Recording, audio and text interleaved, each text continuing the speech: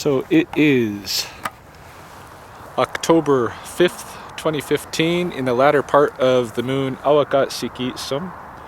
And me and Miss Isabella Marie Hi. are out here at Sspopiikimi. We're going to do a little nature walk this morning. Yeah, and there's some ducks. There's some ducks on the water. Yeah. And it's foggy today. What causes that fog? The cold, the hotness in the ground. Yeah, hotness in the ground, and then there's cold air coming above it. Yeah. And the water tries to come out of the ground, but it kind of gets stuck low because of the cold air. Yeah. So it makes a cloud on the ground, the fog. Asinatsi in Blackfoot. And it's 0 degrees this morning. A big 0 degrees. So we're going to take a little walk, a brisk walk, so that we stay warm and check out what's going on here at the pond. Hi. Hey, so we are here at the site of something. Something happened here. What went on?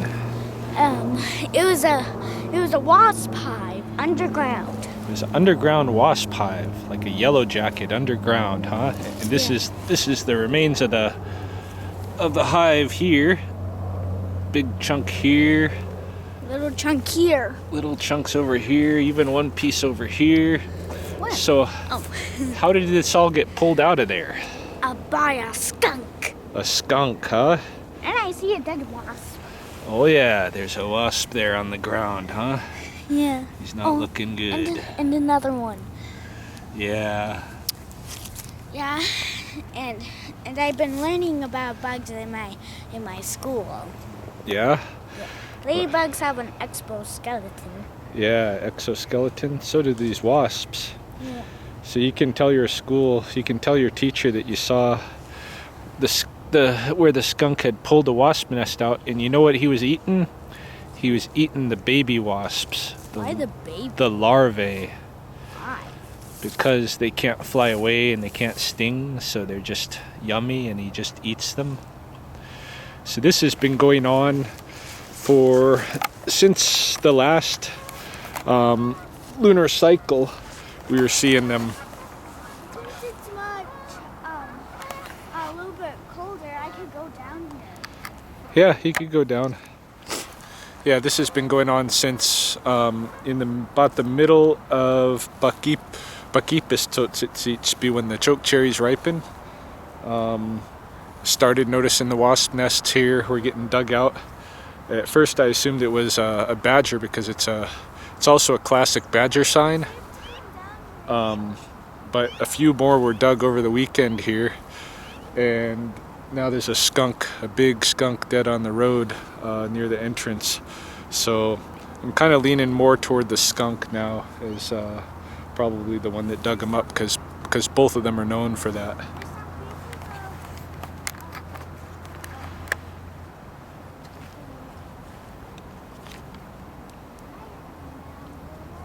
What do you got? Showy milkweed. Oh, showy milkweed, yeah.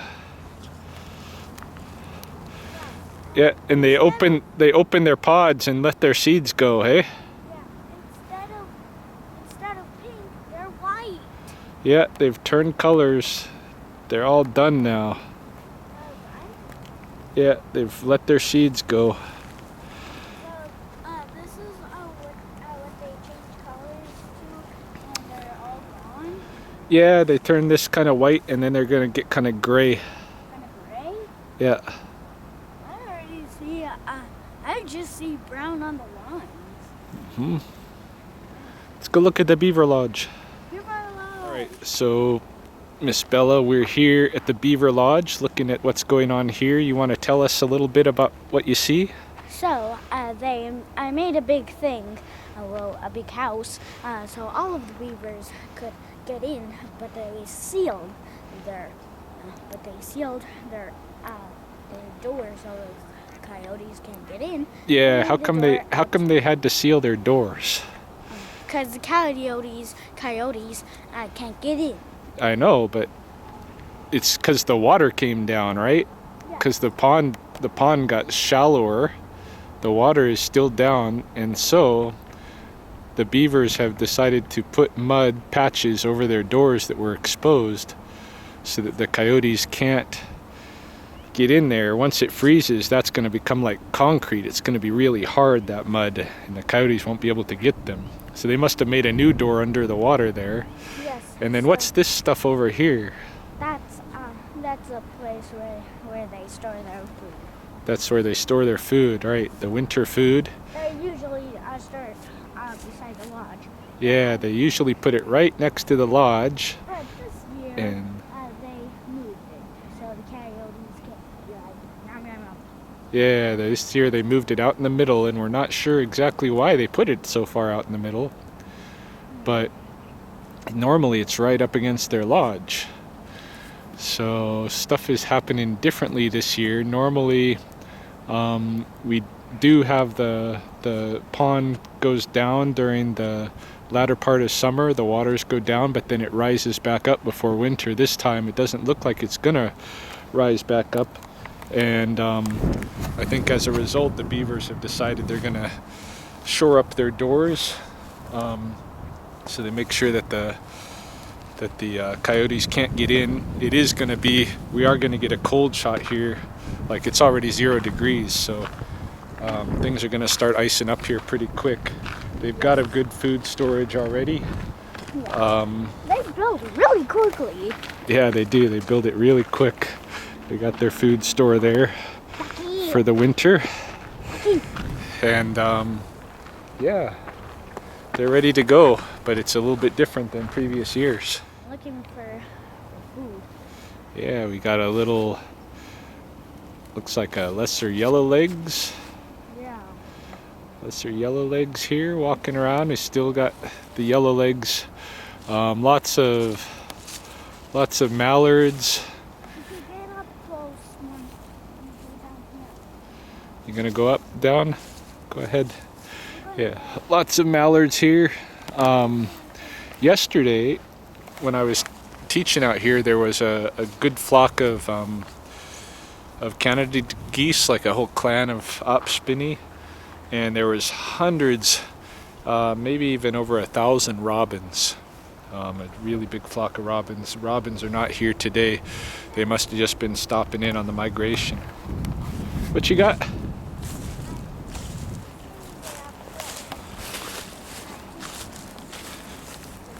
If I see it really close, I might be scared. The bird? He's already gone. There's a whole bag. Yeah, there's a bunch of Mixicutsi over there. Yeah. The mallard ducks. Yeah, right. You said these already gone. Look back, these already gone. What? So we're headed down the hill into the owl wood.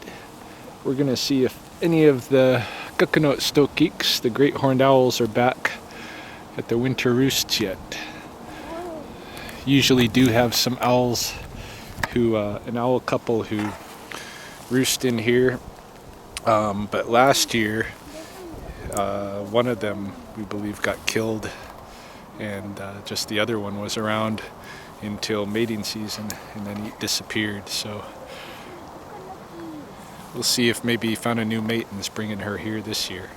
You don't remember what those ones are? No. Those ones are the bullberries. Mulberries. Yeah, they're yummy. They're yummy. A little bit sour. Yeah, a little sour. Leaves are falling.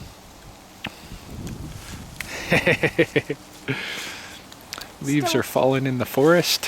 Still don't like those bullberries. But already been grown. Yeah, look. We're gonna go look for some licorice down here. Yes.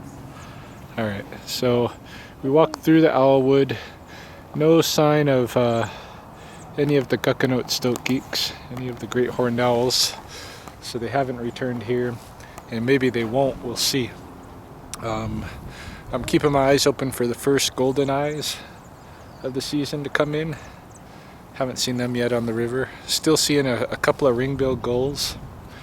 Yeah, none of the robins that were here yesterday are here.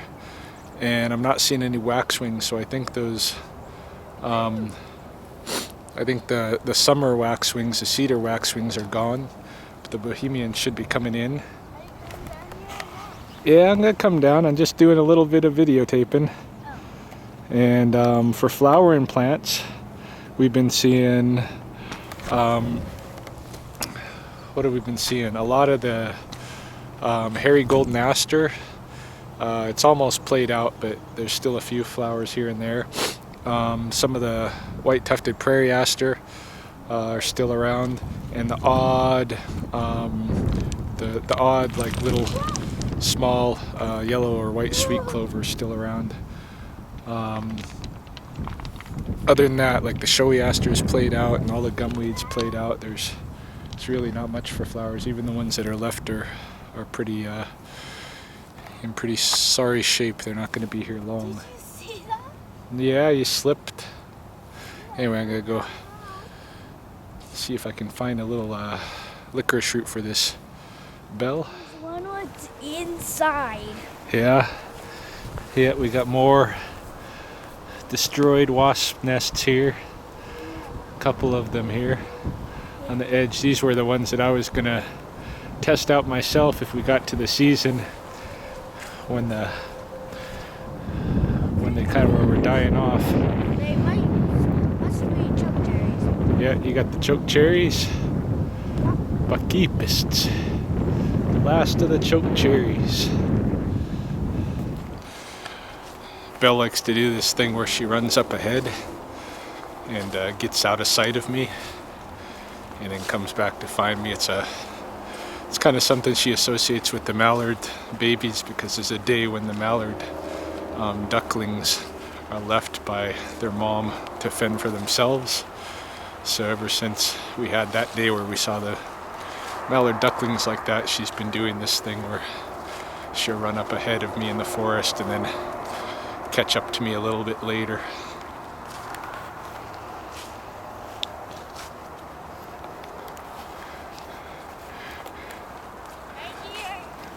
Were you just fending for yourself like the mallard baby? Yeah. What are these like things? Oh, those are the new buds. New buds? Yeah, those will be the new buds for next year's flowers.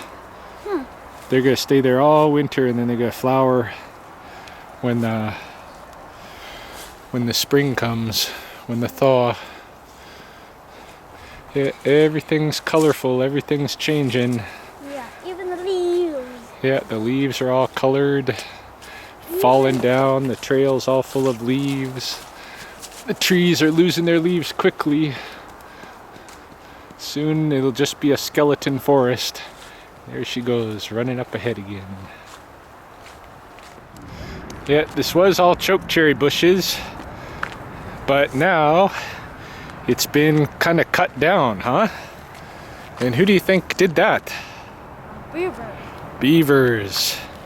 They cut down the chokecherries, cut them off, chomp chomp, and they drug them out this way, took them down to the pond. Why take them down to the pond? They're gonna eat some chokecherry bark, I guess. It's part of their diversity of their winter diet. You like those chokecherries? No. So what was the most important thing that you saw, that you learned today? You can do one or two. Can't explain. What do you think? What did you learn today? Beavers! You learned the beavers are doing what? Building a store to they cut down wood and they store it. They store it for their winter food, huh? So they can still get food even when it gets iced. And then, so is that the biggest thing you learned today? That the beavers are storing their food? Yeah. All right, cool. That's a good lesson. Got to prepare for winter because it's coming. That means it's coming if the beavers think it's coming.